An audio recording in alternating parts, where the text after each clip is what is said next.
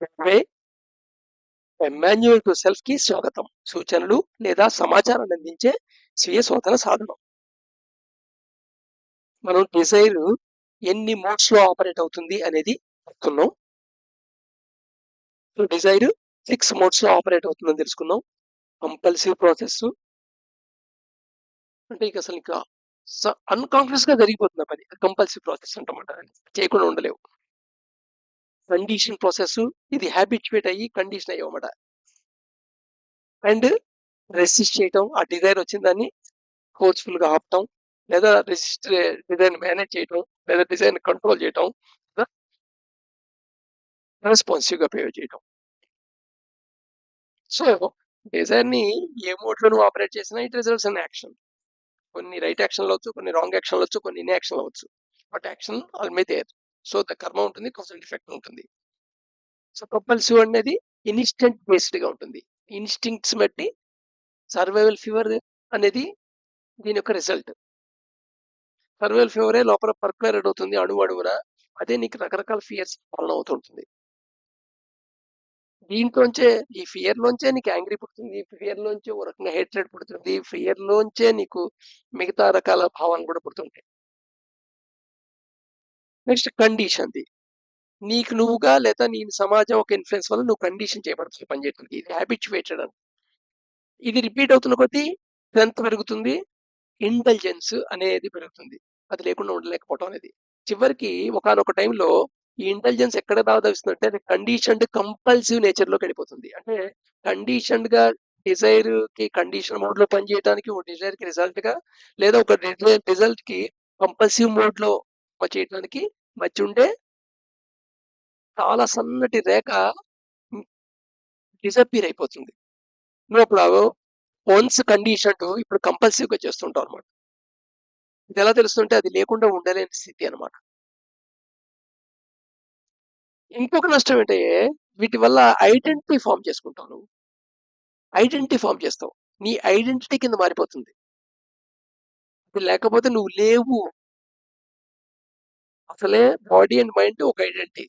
మళ్ళా మైండ్‌లో కండిషన్డ్ ఏదైతే కంపల్సివ్ నేచర్‌కి మారిపోయిందో అవన్నీ ఐడెంటిటీల కింద మారిపోతాయి. డిఫరెంట్ లేయర్స్ ఆఫ్ ఐడెంటిటీస్ మాట. కొన్ని వందల ఐడెంటిటీస్ ఉంటాయి అలాంటివి మనకి. ఎవరికి వాళ్ళకే తెలుస్తుంటాయి ఇవి.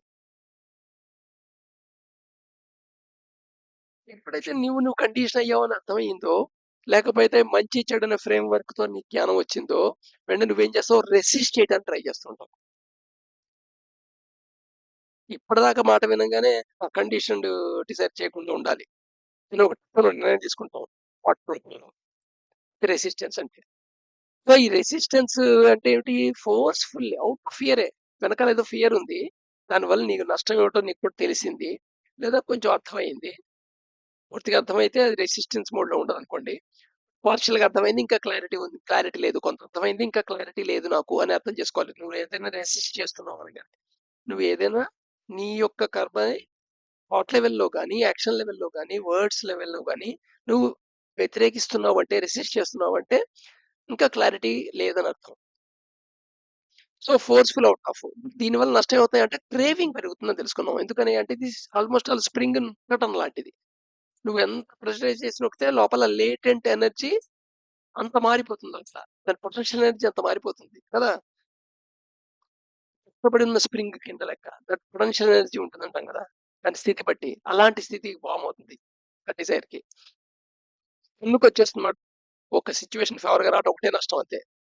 సో, డిజైర్‌ని నువ్వు మోడ్ ఆపరేట్ చేస్తున్నావనుకో, మేనేజ్‌మెంట్ మోడ్‌లో ఆపరేట్ చేస్తావనుకో, ఇప్పుడేం చేస్తుంటావు అంటే జనరల్‌గా ప్రోక్రాస్టినేషన్ చేస్తుంటావు. అంటే ఏంటంటే, ఇది ఓకే. తర్వాత చూద్దాం ఇంకో పని చేస్తావు.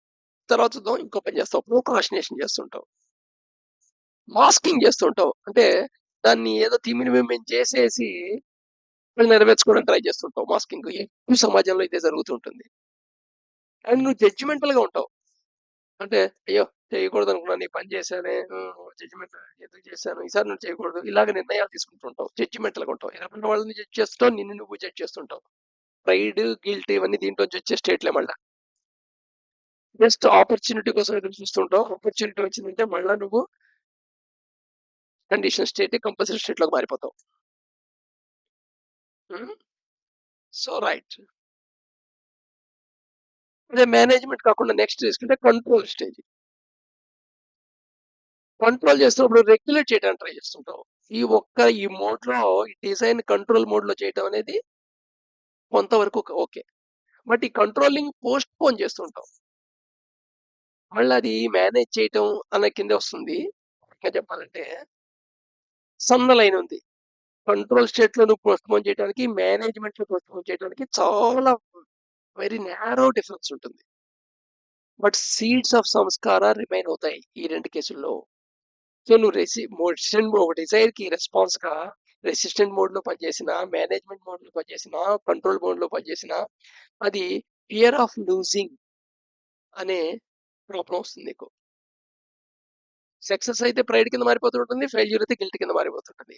ఇదే సూత్రం గుర్తు. ఏదైనా ఒక విషయంలో నీకు గిల్ట్ గాని, ప్రైడ్ గాని వస్తోంది మానసిక స్థితిలో అంటే, నువ్వు రెసిస్టెంట్ మోడ్‌లో గాని, మేనేజ్‌మెంట్ మోడ్‌లో గాని, కంట్రోల్ మోడ్‌లో గాని డిజైర్‌ని ఆపరేట్ చేశావు. సో, అందుకని నీకు ప్రతి సబ్జెక్టివ్ అబ్జర్వేషన్ అంటే నీ మైండ్‌ని నువ్వు అబ్జర్వ్ చేస్తుంటే నీకు తెలుస్తున్న ప్రతి విషయం ఏదో ఒకటి నేర్పుతూ ఉంటుంది. అది నేర్చుకుంటుంటే ఆటోమేటిక్‌గా మారిపోతుంది. సో, గిల్టొచ్చింది, ప్రైడొచ్చింది అనంగానే గిల్ట్ ఉండకూడదు, ప్రైడ్ రాకూడదు. ప్రైడ్ వస్తే ఎగో పెరుగుతుంది. గిల్ట్ ఆత్మన్యూనత వల్ల నష్టం అవుతుంది. ఇంకో పనులు చేయలేను. కాబట్టి ఈ 2 వద్దు. అంటే నీ నాలెడ్జ్‌ని రెసిస్టెన్స్ చేస్తున్నావు నువ్వు. అర్థం చేసుకోవడానికి ప్రయత్నం చేయట్లేదన్నమాట. జస్ట్ అక్కడ గిల్ట్ అండ్ ప్రైడ్ నీకు జస్ట్ థాట్ లెవెల్‌లో తెలిసిందనంగానే జస్ట్ ఆహ్, ఆ గిల్ట్‌కి, ఆ ప్రైడ్‌కి కారణమైంది ఏదుందో దాన్ని నువ్వు రెసిస్టెంట్ మోడ్‌లో గాని, మేనేజ్‌మెంట్ మోడ్‌లో గాని, కంట్రోల్ మోడ్‌లో గాని చేసావన్నమాట. ఆల్రెడీ అది కండిషన్‌లో ఉందన్నమాట. అది ఇంకా కంపల్సివ్ కాలేదు అని ఒక పాజిటివ్ పాయింట్ చెప్తోందక్కడ. కంపల్సివ్ అయితే కండిషన్‌గా చేస్తూ మోడ్‌లో ఆపరేట్ అవుతుంది. కంపల్సివ్ మోడ్‌లోకి షిఫ్ట్ అయిపోయింది అంటే, ఇంక నువ్వసలు ఈ గిల్ట్, ప్రైడ్ 2 ఉండవు. ఆల్‌మోస్ట్ ఆల్ ఇన్‌స్టంట్ కింద పని జరుగుతూ ఉంటుంది. ఇన్‌స్టంట్ కారణం కాదు. ఇన్‌స్టంట్ వల్ల జరగట్లేదు. ఆ యాక్షన్ అనేది. బట్ కానీ ఇన్‌స్టంట్ లాగా అయిపోతూ ఉంటుంది. ఈ స్టేట్‌ని ఏమంటాం మనం యానిమల్ అంటాం. యానిమల్ బిహేవియర్ అంటాం. యానిమల్‌కి, హ్యూమన్‌కి తేడా ఇది. So, next mode of operation ఏమిటంటే రెస్పాన్సివ్ మోడ్. సో, రెస్పాన్సివ్ మోడ్‌లో అండర్‌స్టాండింగ్ అయిందని గుర్తుపట్టాలి. నువ్వు రెస్పాన్సివ్‌గా బిహేవ్ చేస్తున్నావు అంటే అండర్‌స్టాండ్ అయితేనే ఎలా అండర్‌స్టాండ్ అయిందంటే నో ఐడెంటిటీ ఆఫ్ డూయింగ్ ఉంటుందక్కడ. అండర్‌స్టాండింగ్, రెస్పాండింగ్ డిజైర్‌కి రెస్పాండ్ చేస్తున్నప్పుడు ఐడెంటిటీ ఆఫ్ డూయింగ్ ఉంటుంది. ఐడెంటిటీ ఆఫ్ డూయింగ్ ఉండదు. అంటే నాన్ డ్యూయర్‌షిప్‌లో చేస్తావు నువ్వు. You are intent to do something but non డ్యూయర్‌షిప్‌లో చేస్తావన్నమాట. ఇది రెస్పాన్సివ్. రెస్పాన్సిబుల్ కరెక్ట్‌గా అప్రోప్రియేట్‌గా ఎప్పుడు ఏ డైరెక్షన్‌లో, ఏ మాగ్నిట్యూడ్‌లో, ఏ టైంలో ఏం చేయాలో అప్పుడు ఆ టైంలో ఆ మాగ్నిట్యూడ్‌లో అది చేస్తావు నువ్వు. నీ కాంపిటెన్సీ మీద బేస్ చేసి చేస్తావు. రిజల్ట్ వస్తే వస్తుంది లేదా తెలీదు. రిజల్ట్ వచ్చినా రాకపోయినా నీ ఫుల్‌ఫిల్‌మెంట్ స్టేట్‌మెంట్‌కి మారదు. సో, దేర్‌ఫోర్ ఐడెంటిటీ ఫార్మేషను అవుతుంది అయ్యేది ఎక్కడ అంటే ఎప్పుడైతే హ్యాబిచ్యుయేట్ అయ్యింది. దానికి ఇంటెలిజ్ ఎప్పుడైతే అయ్యావో అది కండిషన్‌గా జరుగుతున్న బోర్డ్‌లో జరుగుతున్న డిజైర్ ఆపరేషను. ఒక డిజైర్ వచ్చింది. అది కండిషన్‌గా జరుగుతుంది. సిగరెట్ తాగుదాం అనిపించే కోరిక కలిగింది. సిగరెట్ తాగావు. ఎందుకంటే సిగరెట్ తాగడం వల్ల నీకు డోపమైన్ రిలీజ్ అయింది. ఒక రకమైన హ్యాపీనెస్ కండిషన్ ఫీలింగ్ అయ్యావు. రిలాక్సింగ్ ఫీల్ అయ్యావు. సో, అలా కండిషన్ అయ్యావు. సిగరెట్ తాగావు. అది హ్యాబిట్ అయ్యి ఇది లేకుండా ఉండలేని స్థితికెళ్ళావు. ఇప్పుడు ఆ స్టేట్‌లో నువ్వు ఇన్‌స్టంట్ కింద అయిపోయింది. అంటే కండిషన్డ్ మోడ్‌లో ఆపరేట్ చేసేదాల్లా కంపల్సివ్ మోడ్‌లోకి షిఫ్ట్ అయిపోయిందన్నమాట. జస్ట్ ఆ సిగరెట్ తాగడం తప్పు అనే విషయం నువ్వు ఏదో దీనివల్ల ఈ రోగం వస్తుంది, ఆ రోగం వస్తుందని అక్కడ విన్నావు, చదివావు.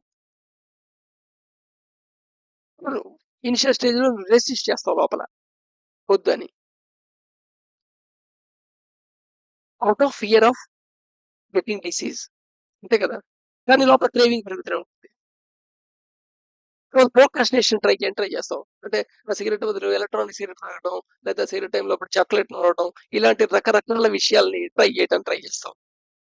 మాస్కింగ్ చేయటానికి ట్రై చేస్తావు. అంటే ఎవరు లేని బాత్రూమ్‌లోకెళ్ళి కూర్చొని తాగటం. నువ్వు జడ్జిమెంట్ చేయటం మొదలెడతావు. తాగినోళ్ళందరికీ అసలు చచ్చిపోతున్నారా? జడ్జిమెంట్ చేయటం మొదలెడతావు. లేదా గిల్టీ ఫీల్ అవుతావు. ఈ ఈ ఈ దీన్ని నేను మానించుకోలేకపోతున్నాను. Guilty feel అవుతుంటావు. కానీ ఆపర్చునిటీ మటుకు వెయిట్ చేస్తూనే ఉంటుంది. ఆ సీడ్ మొలకెత్తడానికి. లేదా రెగ్యులేట్ చేద్దామని ట్రై చేస్తావు. అంటే రోజుకి ప్యాకెట్ తాగుతున్నావా? తగ్గిద్దాం.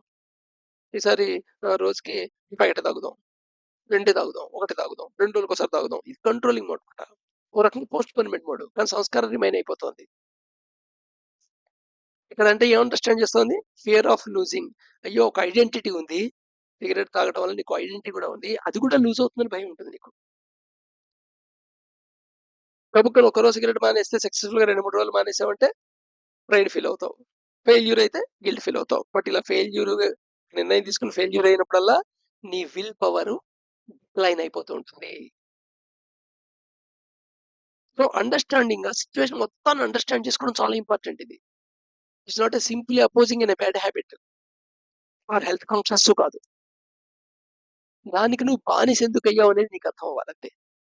సో, అండర్‌స్టాండింగ్ అక్కడ ఐడెంటిటీ ఆఫ్ డూయింగ్ ఉండదు. డూయర్‌షిప్ ఉండదు. మానేస్తే మానేశాను నేను అనే ఒక ఫీలింగ్ ఉండదు. కానీ మానేస్తావు. సో, అప్పుడు అండర్‌స్టాండింగ్ నుంచొస్తుంది. అండ్ ఫైనల్లీ అందుకని ప్రిన్సిపల్ ఆఫ్ గ్రాడ్యువల్‌నెస్ ఎవడైతే వాడతాడో కంట్రోల్ మోడ్‌లోంచి రెస్పాన్సివ్ మోడ్‌లోకి మారిపోతాడు. సో, దీంట్లో రిడక్షన్ కూడా ఒక పాయింటే. బట్ రిడక్షన్ ఎలా ఉండాలి అంటే, నీ బాడీ అండ్ మైండ్ ఐడెంటిఫై చేసేట్టుగా ఉండదు. నీ నోటీసబుల్ డిఫరెన్స్ కంటే బిలో స్కేల్‌లో రెడ్యూస్ చేసుకుంటూ వెళ్ళాలన్నమాట. ఇంతకుముందు ఒక వీడియోలో స్లీప్ హ్యాబిట్‌ని మోడిఫై చేసుకోవటం ఎలాగో చెప్పాం. సపోజ్ నువ్వు 8కి లేచే అలవాటు ఉందంటే, 6కి లేవదలుచుకుంటే సడెన్‌గా 6కి లేవటం మొదలెట్టు. 10 నిమిషాలు, 10 నిమిషాలు, 10 నిమిషాలు గ్రాడ్యువల్‌గా ఓ 15 రోజులు 7:50కి లే. ఇంకో తర్వాత కొంచెం టైం పెంచు.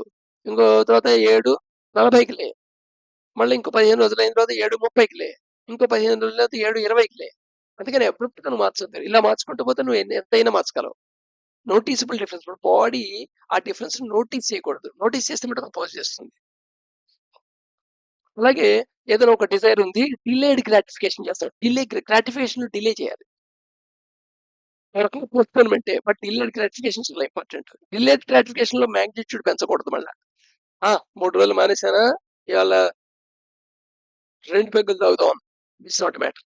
అది కాదు. డిలేడ్ గ్రాటిఫికేషనే. సో, ఈ ప్రిన్సిపల్ ఆఫ్ గ్రాడ్యువల్‌నెస్ తోనే కంట్రోల్ ని రెస్పాన్స్ స్టేట్‌కి షిఫ్ట్ చేయాలి జాగ్రత్తగా. ఎట్ ద సేమ్ టైమ్ దాని గురించి నువ్వు కాంటెంప్లేట్ చేయాలి. సో దట్ ఇది అండర్‌స్టాండింగ్ అయ్యి, రియలైజ్ అయ్యి నీ బాడీలో పార్ట్ అయిపోతుంది. ఇదన్నమాట ప్రాసెస్.